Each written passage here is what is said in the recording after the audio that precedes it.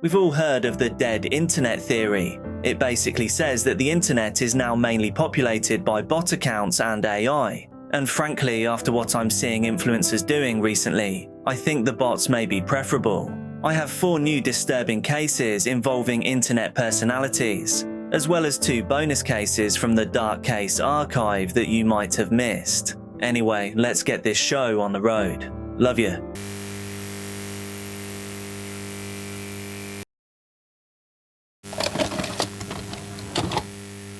On Monday of this week, my children were the targets of attempted kidnap.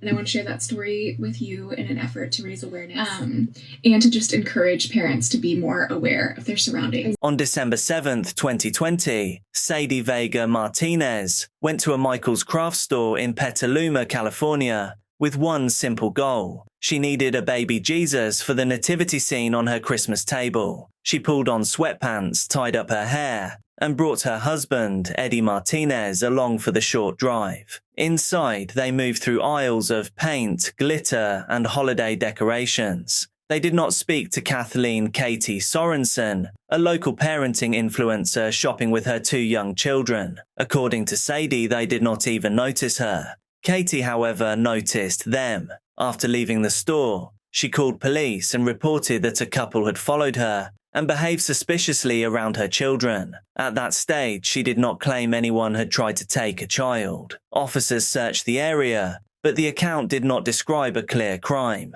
and police did not issue a public warning. 6 days later, Katie took the story to Instagram. He gets out of his car and starts walking towards me. Looks for a while, and then just turns around and gets back in his car. And I was like, oh, that was weird. Maybe he thought he recognized me or something. I don't know. So I get the kids in the stroller and we go into the store, and they come in and they walk kind of close behind me. I definitely felt the heebie-jeebies. I didn't feel good, but I thought I was judging a book by its cover. They were not like kind. That sounds bad, but they weren't clean-cut individuals. But then I hear them talking, and they are describing in detail the characteristics of my children. They're saying blonde hair, blue eyes. The gentleman said to whomever he was talking to on the phone or whatever, sorry, the boy will be easier because he's not wearing a mask, so the mom must not really care about him that much. Filming herself from the driver's seat, she described what she presented as a near abduction. She said a man and woman had followed her through the store, commented on her children, and circled her vehicle in the parking lot. Most seriously, she claimed the man had tried to grab her son's stroller before an older bystander noticed what was happening and caused the couple to flee. Those details had not been included in her first report. Katie said she was sharing the story to warn other parents. The videos received more than 4 million views and brought tens of thousands of new followers to her account. She repeated the allegations in a local television interview, while warnings spread through community Facebook groups and Nextdoor. For many viewers, the story fitted a familiar fear: children being taken by strangers in public places. Petaluma also carried the memory of the 1993 abduction of Polly Klaas, a case that had left a permanent mark on the city.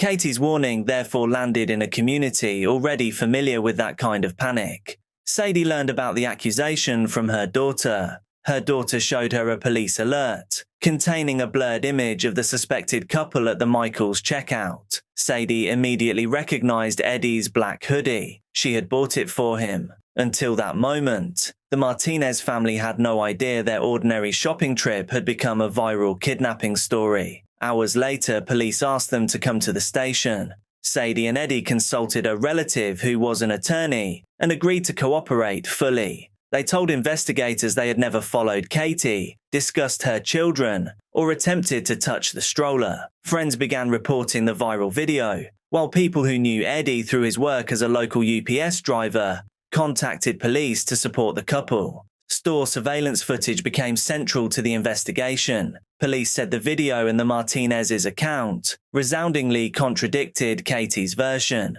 No witness or physical evidence supported the alleged kidnapping attempt. and the investigation into Sadie and Eddie was closed. The focus then shifted to Katie. She was charged with 3 counts of knowingly making a false report. Jurors acquitted her over statements made during her first contacts with police, but convicted her over the more detailed account she gave to a detective after the Instagram videos went viral. In June 2023, she was sentenced to 90 days in jail, with 60 days eligible for work release. She was also placed on probation, temporarily banned from social media, and ordered to complete implicit bias training. For Sadie and Eddie, the verdict cleared their names, but it could not erase what had happened. Their faces had been circulated beside claims of child abduction, and Sadie said the family became more hesitant about being recognized in public. It took her 6 months to return to Michael's. When Katie eventually returned to Instagram after her social media restriction ended, she defended herself and criticized the handling of the case.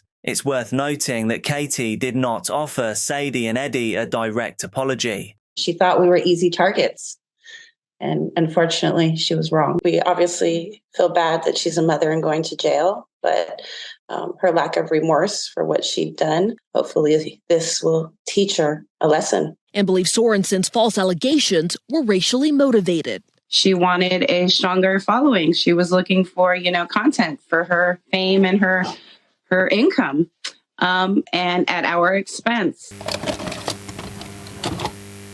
Late on August 15, 2025, Yareli Ashley Hermosillo was traveling through Glendale, Arizona, with the people closest to her. Her husband, Daniel Salgado, was driving. Their young son and Yareli's mother were seated behind them, while Yareli sat in the front passenger seat. They had no involvement in the confrontation developing between 2 other vehicles. Yareli was 27 and had built an audience of more than 300,000 people across Facebook, Instagram, and TikTok. Her videos centered on cooking, baking, local restaurants, and family life. Although viewers knew her through recipes and lifestyle posts, her relatives described motherhood as the most important part of her life. Daniel later said she was the person who held the family together, someone who joked with them, cared for them, and would abandon her own plans whenever another person needed support. That evening, shortly before midnight, 2 pickup trucks were traveling east along Camelback Road.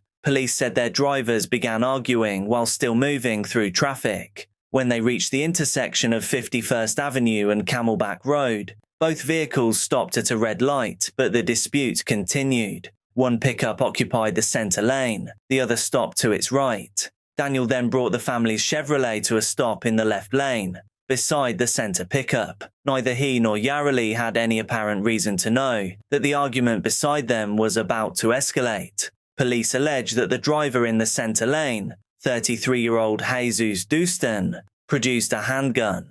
However, instead of directing it towards the motorist, with whom he had been arguing on his right, he allegedly pointed it towards his own driver's side window and fired to the left. A deafening blast was heard, and Yareli was struck. The single round passed through the passenger window of her family's vehicle. Daniel immediately drove towards a nearby hospital, rather than waiting at the intersection. Yareli's mother and son remained in the back seat throughout the journey. Neither was physically injured, but Daniel was left attempting to save his wife, while their child witnessed the immediate aftermath. Yareli's time on this earth, sadly, ended shortly after she reached the hospital. The apparent randomness of the direction in which the weapon was fired became central to the case. Glendale Police Sergeant Brian Hoskins publicly questioned why anyone would fire towards a vehicle they had not even recognized was there. The family had not exchanged words with either driver. Their only connection to the confrontation was the lane in which they happened to stop.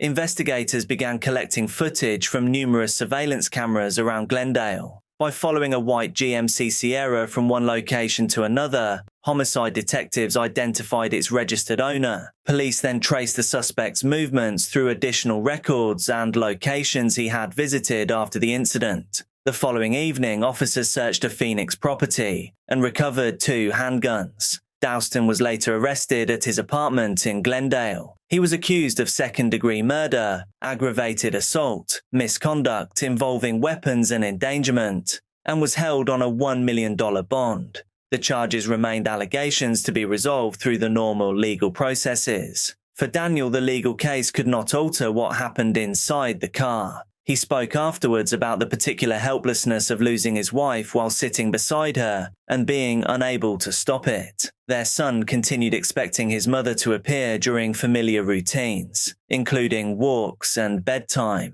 The family had also recently moved into a new apartment, while Yarali's online career was beginning to grow. Those plans ended because two strangers argued at a traffic light, and one person allegedly chose to fire in a direction where an uninvolved family happened to be waiting. This is one of those cases that is so senseless it's hard to fathom. It hurts to lose your other half, but when it happens in front of you, and you can't do nothing, it's a different type. Just a quick one. For some reason, my videos are normally seen by just 1 to 2% of my subscribers. I actually don't know why. Regardless of the reasons, it's making it extremely challenging to keep this show on the road. And I promise I don't like to do this. It makes me feel like Oliver Twist or something. But please do consider becoming a channel member. There are currently 343 of you, and I'm aiming for the crazy goal of 1,000 by the end of 2026. You get things like early access to videos, our behind-the-scenes podcast, and of course my eternal gratitude. Thank you, and I love you all. Now, back to the video. Mike Clifford's online presence feels less like the return of a forgotten celebrity and more like a small window that has somehow remained open for 60 years. In 1962, Clifford was 18 years old when Close to Kathy reached number 12 on the American charts. He appeared on The Ed Sullivan Show, toured with Dick Clark's Caravan of Stars, and performed during an era when pop singers were presented as immaculate, smiling symbols of youth. For a brief period, Mike belonged completely to that world. But, unlike most performers associated with the early 1960s, he never entirely disappeared.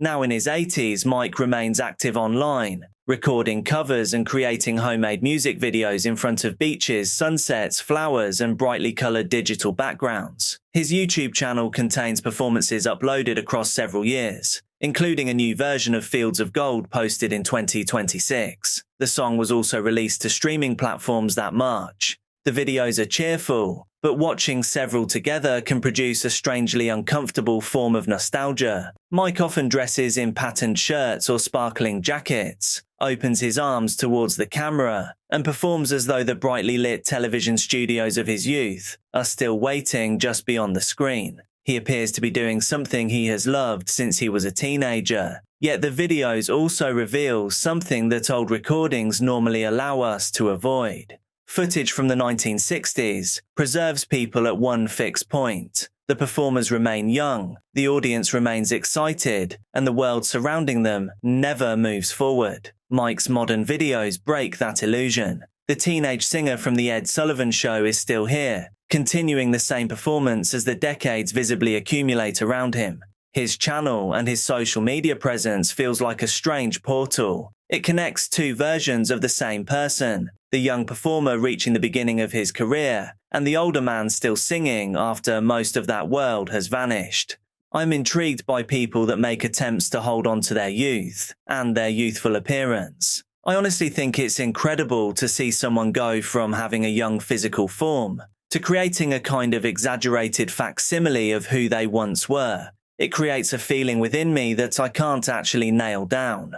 Mike does not appear to be recreating his past perfectly. He appears to be keeping a small piece of it alive for as long as he possibly can. And perhaps the strange feeling comes from knowing that no matter how brightly the music plays, the era he is reaching towards is already gone. Time is a cruel mistress. On May 13th, 2025, 23-year-old Valeria Marquez was sitting inside Blossom Beauty Lounge, the salon she had opened the previous year in Zapopan, Jalisco. She was doing what had helped build her career, speaking directly to followers through TikTok. Valeria had spent years turning beauty, fashion, and lifestyle content into a public identity. She began modeling as a teenager, appeared in local campaigns, won the title of Miss Rostro in 2021, and later moved into cosmetology. By the time she opened her own salon, she had built a combined following of nearly 200,000 people across TikTok and Instagram. The live stream that afternoon initially looked ordinary. Valeria sat at a table, talking with viewers and holding a stuffed pink pig. But earlier in the broadcast, she had described something that unsettled her. A friend had reportedly called to say that somebody wanted to deliver an expensive gift. The delivery person had already arrived once, but Valeria had not been at the salon. According to what she told viewers, the person had insisted on waiting because the item was valuable. Valeria appeared uncertain about who could have sent it. At one point, she made a disturbing remark, suggesting that she believed someone might have intended to harm her. She also said she did not plan to wait for the person to return. She remained inside the salon. Later, a man arrived and called out to her, using the familiar name, Vale. Valeria confirmed who she was, then muted the live stream. Moments later, a deafening blast was heard and she was struck.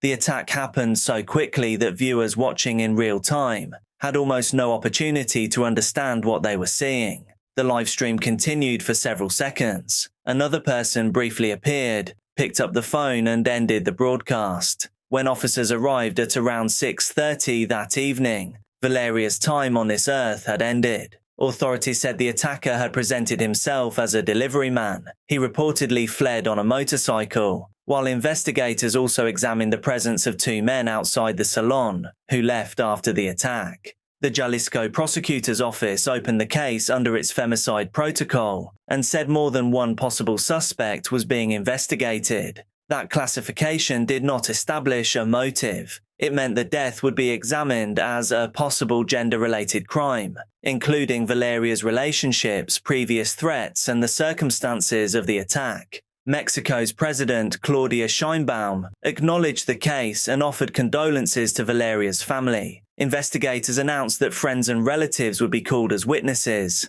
while forensic teams examined the salon, available video and the movements of those present nearby. Online, speculation spread almost immediately. Names of friends, acquaintances, and alleged criminal figures circulated without verified evidence.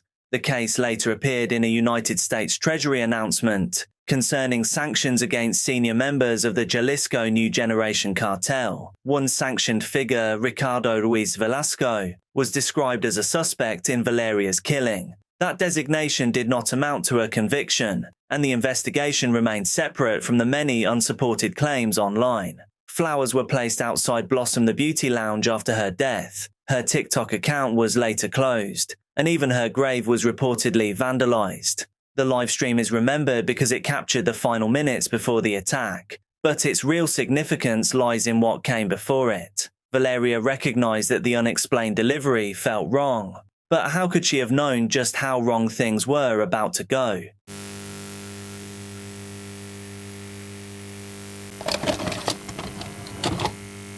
Eric Stelzer was a towering figure both literally and figuratively. At 6'8" and nearly 300 pounds of muscle, he embodied the extreme fitness lifestyle. His YouTube channel was filled with weightlifting routines, with body transformation videos, and kind of aggressive motivational speeches about pushing the human body to its limits. For his audience, he was an inspiration, someone who had seemingly mastered discipline and self-control. But for those who knew him personally, the cracks had started to show. Behind the camera, his world was falling apart. His obsession with fitness had intensified, but it had now turned into something more concerning, something darker. Friends noticed his behavior becoming erratic. He started to talk about people watching him, and he insisted that he was being followed. Paranoia wrapped itself around his daily routine, and soon it became impossible to ignore. Still, to his growing online fanbase, none of this was visible.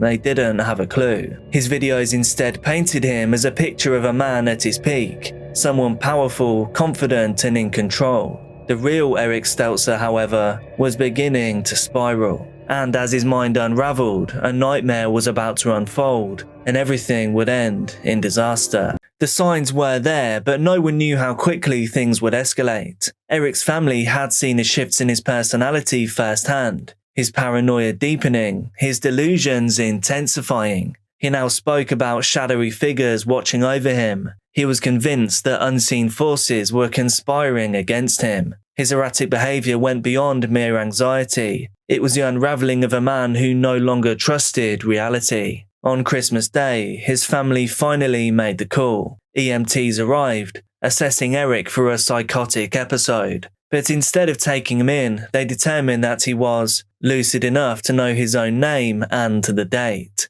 So this wasn't enough to warrant a hospitalization. He was left at home, his mind racing, spiraling deeper into delusion. The next day, though, his family took matters into their own hands. They hired a team to intervene, to bring him to an inpatient facility where he could finally receive the help that he so desperately needed. However, they would never get the chance. 2 days after Christmas, the situation exploded. Eric had matched with a woman on Tinder. She was 24-year-old Megan Tapley. What started as a date would soon turn into a scene of unimaginable violence. And by the time police arrived at his home that night, Eric Stelzer was an immediate danger to himself and to everyone around him. Megan had no idea what she was walking into. She had met Stelzer through Tinder. It was a casual connection that had taken a sudden, horrifying turn. When she arrived at his home on December the 27th, the atmosphere quickly turned. Something was wrong, and then the melee began. Neighbours would later report hearing screams and sounds of a struggle. Inside the house, Eric, for some reason, had turned on Megan, and he had done so with unimaginable brutality. He attacked her with a sharp implement, plunging at her face, her body, her hands, all as she tried desperately to fight him off. He tore out chunks of her hair, and red splattered the walls. Amazingly, at some point, Megan managed to break free, and she ran for her life as the assault continued. When police arrived at the scene at around 10 p.m, they walked into a nightmare. They saw a woman barely clinging to consciousness. Her face was in a bad way. She was later told that she may lose an eye. Eric was still there, and he wasn't calming down. He was still armed and still attacking. Officers made a split-second decision, and they drew their tasers, aimed, and fired. But no one could have predicted what would happen next. The taser struck and Eric went rigid. His body convulsed as thousands of volts coursed through him. But even as he staggered, he didn't immediately collapse. Officers then hit him again, and then again. 4 times in total they deployed the non-lethal weapon, meant to merely incapacitate him. And it did work, but it worked far too well. As soon as the struggle ended, EMTs moved in, securing him for transport. But en route to the hospital, Eric Stelzer's breathing slowed, and then it stopped altogether. Within minutes, the fitness influencer, the man who had built his brand around strength and endurance, around control, was gone. His father was the first to cry foul. He accused the police of excessive force, insisting that his son was in a mental health crisis, not a criminal act. "He was my life," his father later wrote in a social media post. This is not over. But for Megan Tapley, the woman that Eric had attacked, there was no question of his innocence. She had barely survived. Her body was scarred, her vision forever altered. She knew that her attacker would never face justice in a courtroom. He would have no trial, there would be no sentencing, but perhaps he had already faced the ultimate justice. The investigation into Eric's death would linger. Medical reports would confirm that the tasers were a contributing factor, but they weren't the only cause. And for the people left behind, the questions would never fully go away. In this instance, due to the nature of his crimes, Eric Stelzer's channel was removed from YouTube.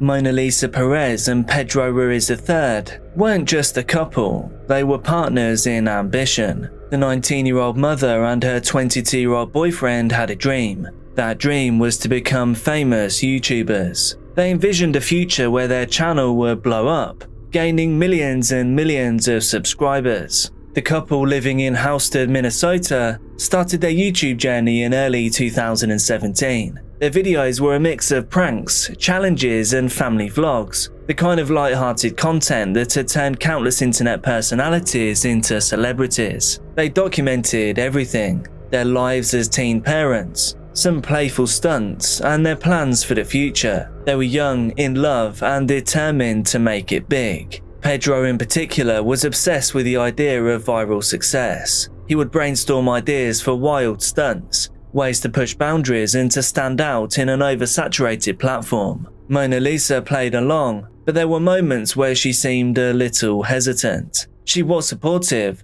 but some ideas pushed her comfort zone. But if they really wanted it that badly, they believed that the more extreme their content got, the faster their channel would grow. Their content was mostly harmless at first. Mona Lisa would prank Pedro with baby powder on donuts, and they filmed playful, ridiculous challenges. They laughed together, celebrated milestones, and they shared their everyday lives. But underneath this fun was an undeniable pressure to keep upping the ante. Then came June the 26th, 2017, the day that everything changed, and they pushed it way too far.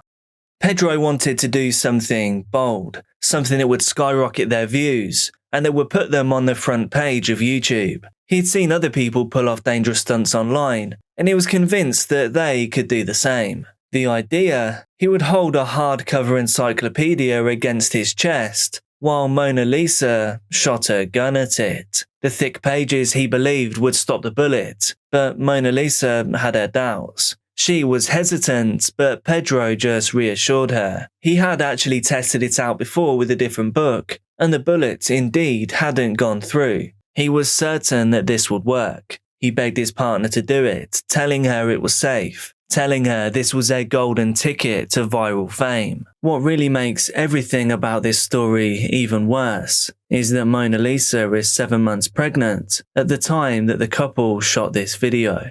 Hours before the stunt, Mona Lisa even tweeted about it, writing, "Me and Pedro are probably going to shoot one of the most dangerous videos ever. His idea, not mine." It was clear that she had reservations, but she also trusted Pedro. She wanted to support his dream, and so she agreed. That evening, in front of 2 cameras and a group of nearly 30 onlookers, Mona Lisa stood 1 foot away from Pedro. She raised the .50 caliber Desert Eagle, and then she pulled the trigger. Pedro collapsed instantly. He wasn't moving. The moment the bullet struck Pedro, reality set in. Mona Lisa screamed, dropping the firearm. Panic quickly spread through the gathered crowd. Some people rushed forward, others froze, but everyone was horrified by what they had just witnessed. The cameras at this time were still rolling. Everything was captured. Mona Lisa grabbed her phone and dialed 911. Her voice was frantic, barely coherent. "We were doing a YouTube video and it went wrong," she sobbed. "It's all on recording." Emergency responders arrived quickly, but there was nothing they could do. The projectile had gone straight through the book and straight through Pedro's chest. In almost an instant, he was gone.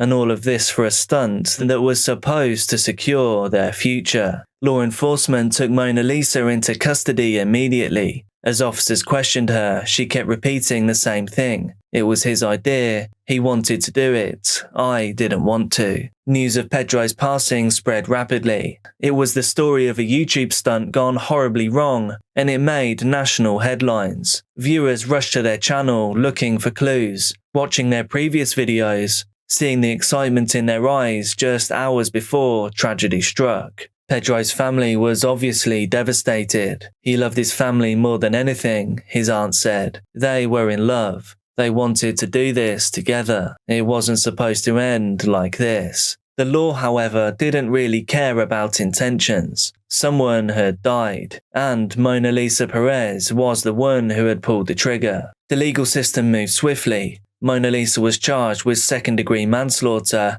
a charge that carried a maximum prison sentence of 10 years. She faced the very real chance of losing everything: her children, her freedom, and the life that she had built with Pedro. Her defense team argued that Pedro had planned the entire stunt, that it was his idea and that Mona Lisa had been pressured into going through with it. They played the video evidence showing that Pedro had been excited, confident, and insistent that the book would protect him. A transcript of the audio reveals her hesitation. "Babe, I'm not doing this. I can't. If I kill you, what's going to happen to my life? Like, no, this isn't okay. As long as you hit the book, you'll be fine," Ruiz says. These pictures show she did. It was reckless, they admitted, but this wasn't intentional murder. Ultimately, the court agreed to a plea deal. Mona Lisa was sentenced to just 6 months in jail, and she would serve it in 10-day increments over the course of 6 months. She would then remain on probation for 10 years and was banned from ever owning a firearm. Honestly, fair enough. The court also ruled that she could not profit from Pedro's passing. This meant no book deals, no movie rights, and no monetized videos. Pedro's family had mixed emotions about the verdict. Some believed that Mona Lisa had suffered enough and that she should be left alone, allowed to raise her children. Others felt the sentence was far too lenient, given that a man had passed from her actions. Their story really is a cautionary tale, a stark warning about the price of viral fame and the dangerous lengths that people will go through to chase it. Thank you so much for watching. I'm uploading daily true crime and dark content here on this channel, so make sure that you're subscribed, hit like on the video, and also drop a comment so you get shown more of my stuff. Please do be careful out there, and I'll see you tomorrow.